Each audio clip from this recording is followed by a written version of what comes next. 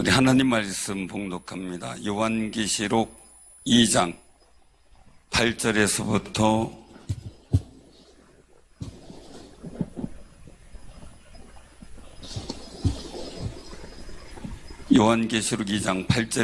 11절.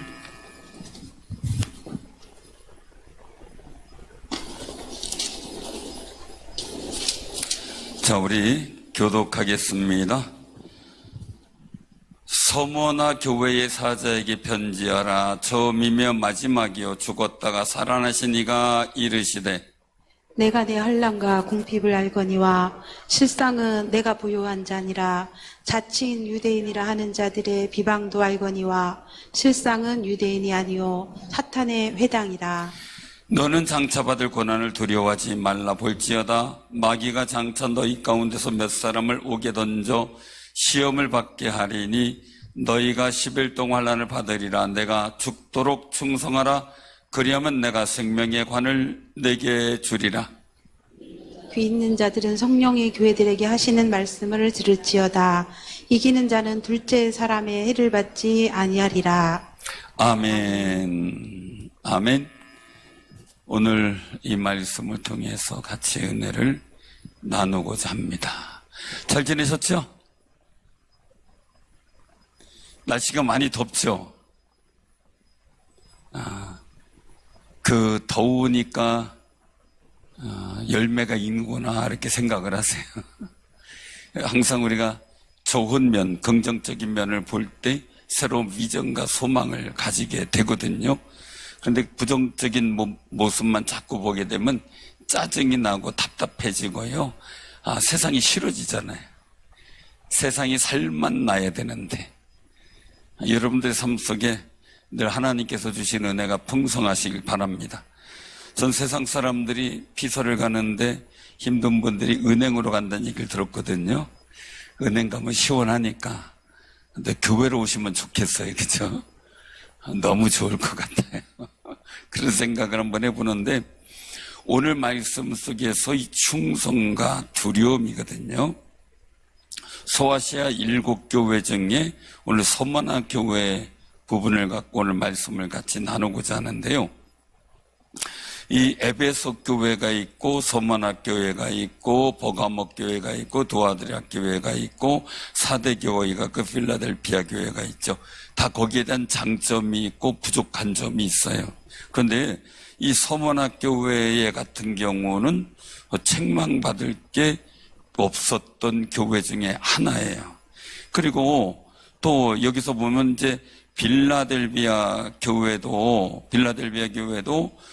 정말 그 시험의 때를 이기고 나가는 일들 속에 칭찬에 관한 일들을 하고 계셔요. 그런데 굉장히 중요한 일들은 이 칭찬의 일들이 뭘까라는 부분들이에요.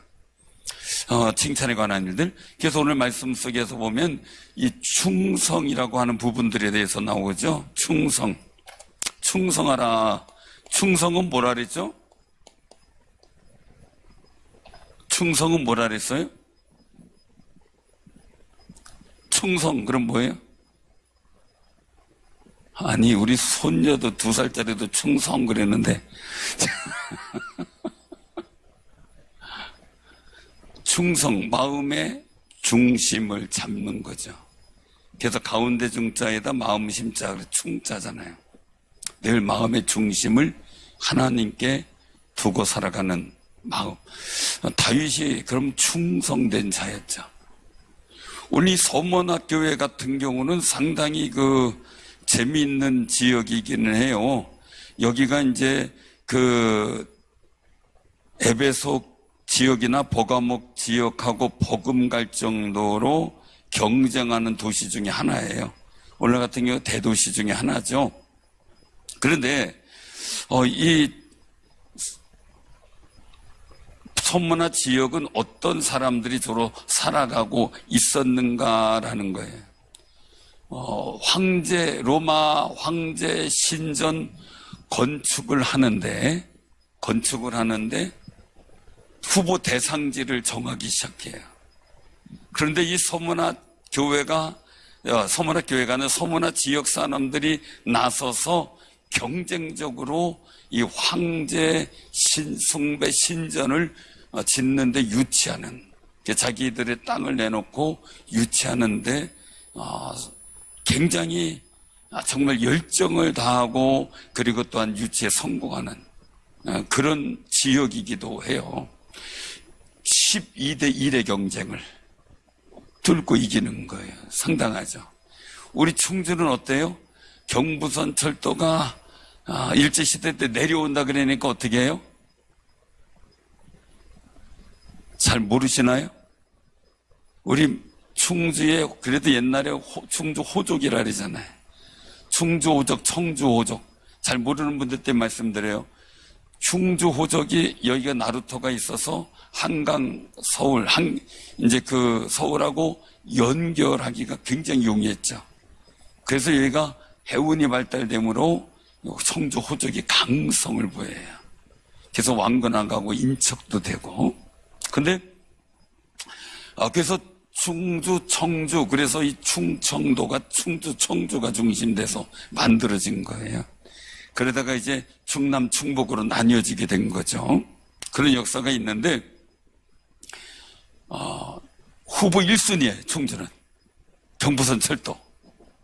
그런데 그때 아주 유명한 유지들이 올라가가지고 상경을 해가지고 데모를 해가지고 그걸 못 들어오게 만드는 장렬한 일을 했어요. 그래서 큰일 했다고 환영받았어요. 똑같은 것 같아요. 그분들이나 사는 사람이나 그 시대는 잘 몰랐으니까.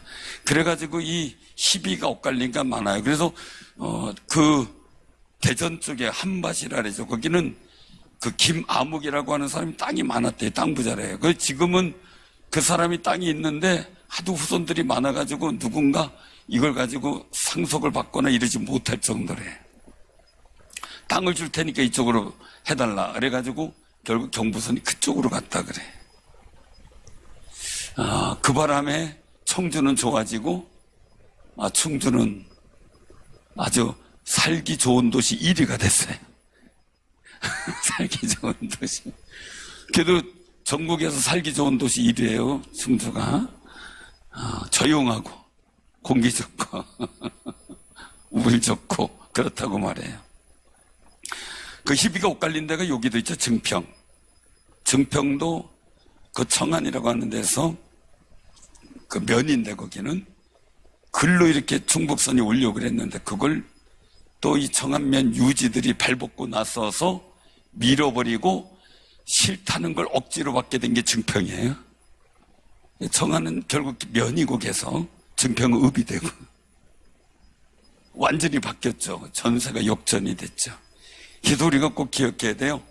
항상 어떤 일을 할 때 미래를 보고 모든 일을 판단하고 선택할 수 있는 지혜가 필요하죠. 당분간만 하면은 그렇게 돼요. 그래서 지금 증평이 그냥 많이 커지고 청안면은 점점 쪽으로 들고 이런 상황인 거죠. 후회를 많이 하죠. 그런데 여기 서문학교회는 달라요. 저는 서문화 이렇게 하면은 꼭 어머나 이게 생각이 나요. 서문화 그러니까 자꾸 그 생각이 나가지고 좀 헷갈릴 때가 있어요. 근데 이분들은 어떻게 깨였죠. 그래서 황제 숭배 신전을 유치하는데 성공할 정도로 아주 굉장히 경제적인 상황이나 문화적 상황이나 도시를 위한 발전적 상황에 굉장히 민감했던 그런 지역이지만 한 가지 뭡니까? 황제의 충성을 하는, 황제 숭배에 충성하는 그런 의식도 굉장히 많았던 거예요. 그래서 오늘 여기서 말씀하고 있죠. 10절에 보니까 내가 죽도록 충성하라 말씀. 그 황제를 향한 충성, 로마를 향한 충성을 어디로 바꾸라고요? 하나님께, 예수 그리스도를 향한 충성으로 바꾸기를 원했던 거죠. 그래서 이 충성은, 우리가 꼭 기억하셔야 돼요. 이 충성하라. 근데 이 충성하는 사람은 뭐가 있어야 되느냐라는 거예요. 그것은 뭐냐면 오늘 여기서 말씀 속에서 보면 10절이에요. 너는 장차 받을 고난을 두려워하지 말라. 충성하는 사람에게 늘 있어야 될 가장 중요한 영성의 본명은 두려움의 극복이에요. 두려움의 극복이에요. 이 두려움을 극복할 수 있어야 돼요. 그럴 때 충성하는 마음이 생기는 거죠. 근데 충성의 마음이 있는데 두려우면 충성의 마음이 흔들릴 수 있어요. 왜요? 충성은 내적 영성이에요. 두려움은 외적에서부터 내 내적으로 들어오려고 하는 상황의 역사를 가지고 말해요. 그럼 상황의 역사가 두려울 거예요. 고난도 있어요. 어려움도 있어요. 그런데 그거를 극복하고 내가 하나님 앞에 온전한 충성된 믿음을 지키려고 한다는 것, 그 두려움을 극복해야 될 거룩한 모습들이 있어야 되는 거죠. 또 이 서문학 교회는 경제적으로 굉장히 부유해요. 그래서 여기서 말씀하죠.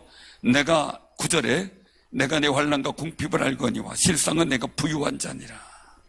부유한 자니라. 왜 부유하냐면 이 서문화는 황제 흉상이 들어있는 화폐를 주조하는 그런 특권을 부여받은 도시 중에 하나예요. 주조권이 굉장하잖아요. 술 만드는 건이 아니고요. 화폐를 만드는 권한을 준 거예요. 이건 자랑스러운 거예요. 그 당시에는. 엄청나게 자랑스러운 거예요.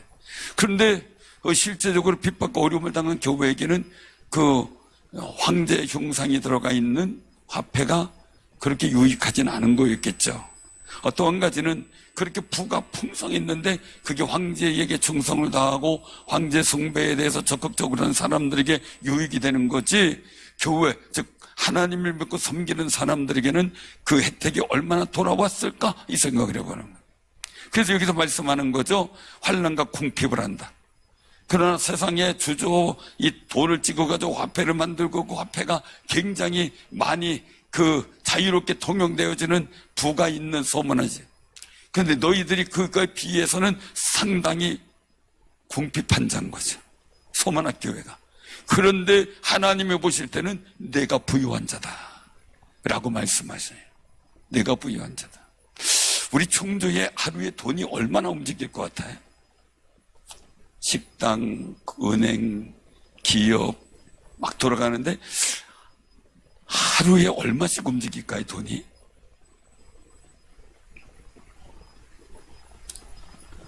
계산 안 해봤죠? 저도 계산 안 해봤어요. 근데 상당할 것 같잖아요. 청주시에도, 그죠? 청주시에도 상당하겠죠. 상당한데 이 X의 일들 속에서 볼 때 여러분들이 가진 건 어떨까요? 나 충주시에 돌아가는 모든 금융을 다 봐도 나는 부자다, 이런 사람. 아니, 저요하는 용기 있는 사람 없어요? 미래를 바라보고 그냥 헛웃음만 치시면 안 되는데 소망을 주여 내게도 주옵소서 그래야 되지 않겠어요? 소망 갖고, 그죠? 아멘 한다면 될지어다. 두 손 들고 박수 한번 쳐주세요. 용기 있게 하면 안 돼. 조금만 더 컸으면 좋을 뻔했어. 사랑하는 성도님들, 우리가 일들을 볼 때요, 믿음의 사람들이 환난을 당할 때 궁핍할 수밖에 없는 여건들이 있어요. 우리가 이제 뭐 질년 대환란이니 뭐 이런 여러 가지 얘기들을 많이 하잖아요. 이게 주님께서 휴거 후 환란이냐, 휴거 전 환란이냐, 그래서 뭐 전철연선, 후철연선이 그거거든요.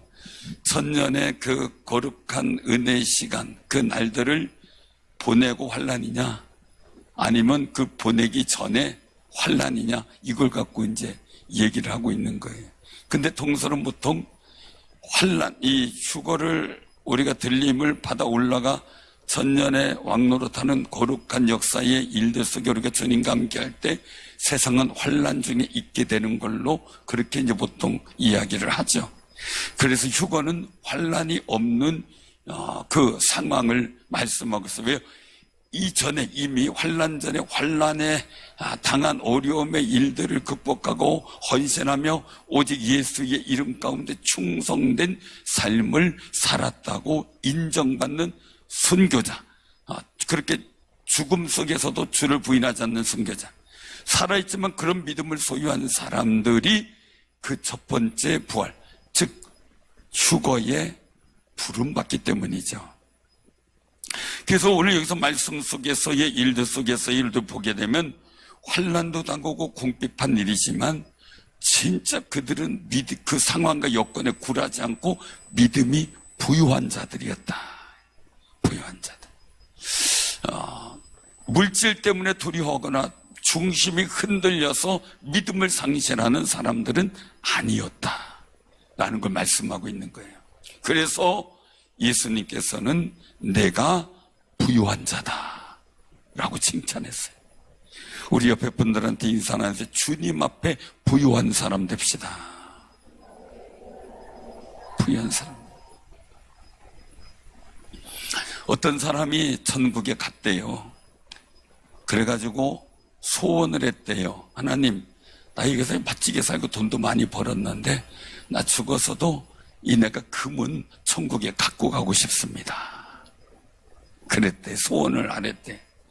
그래서 자식들한테 얘기했대. 내 관에 꼭 금괴를 같이 함께 묻어줘라. 몸도 무거운데 금괴까지 들어가면 얼마나 무겁겠어요. 그쵸? 금괴를 또 아버지가 하는 말이니까 또 순수하게 또 그렇게 해줬대. 왜요? 너나 빼면 되니까. 그죠? 너나 빼면 되니까. 근데 딱 죽었다가 딱 깨어나는 순간, 깜짝 놀랐대요. 자기 앞에 금괴가 있는 거예요, 그건. 그래서 그거를 끌고, 들고, 그리고선 이제 천국을 향해 갔는데, 천국에 베드로 수문장이 다 계시더래요. 그래가지고 그걸 끌고 가가지고 베드로 수문장한테 자랑을 했더니 내가 살아서 이렇게 열심히 살아서 돈도 모았는데 그걸 금괴로 만들어가지고 내 관에 놓달랬더니 하나님이 그 소원들이 이루어서 내가 이렇게 금괴를 갖고 왔다고, 금을 갖고 왔다고 막 이렇게 끌고 자랑을 하고 열려봤더니 수문장이 그러더래요. 아니 왜 인도 부록을 이렇게 많이 갖고 왔어요?